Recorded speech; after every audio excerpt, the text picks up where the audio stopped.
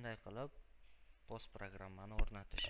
Buning uchun biz jo'natgan faylni topib olasiz, ustiga 2 marta bosasiz va o'rnatamiz. Next.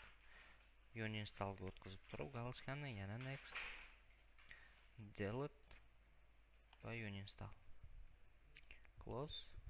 Bu yog'iga o'rnatishni boshlaymiz. Next. Next. Finish. Mana bu yerda o'rnatildi, avtomatik ochiladi. Agar sizda birinchi terminal bo'lsa, главный terminalni tanlaysiz, bosasiz. Nomer telefoni plus, ya'ni login parolingizni kirgizasiz.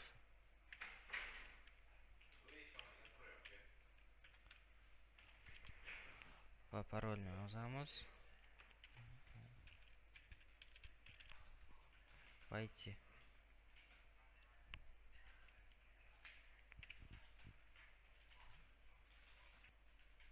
Kirib olgandan so'ng naзвание, ya'ni terminalga nom beramiz.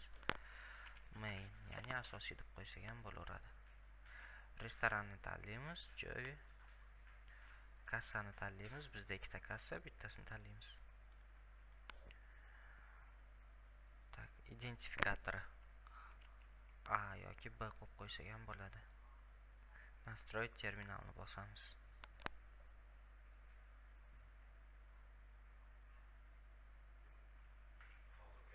Ozgina kutamiz.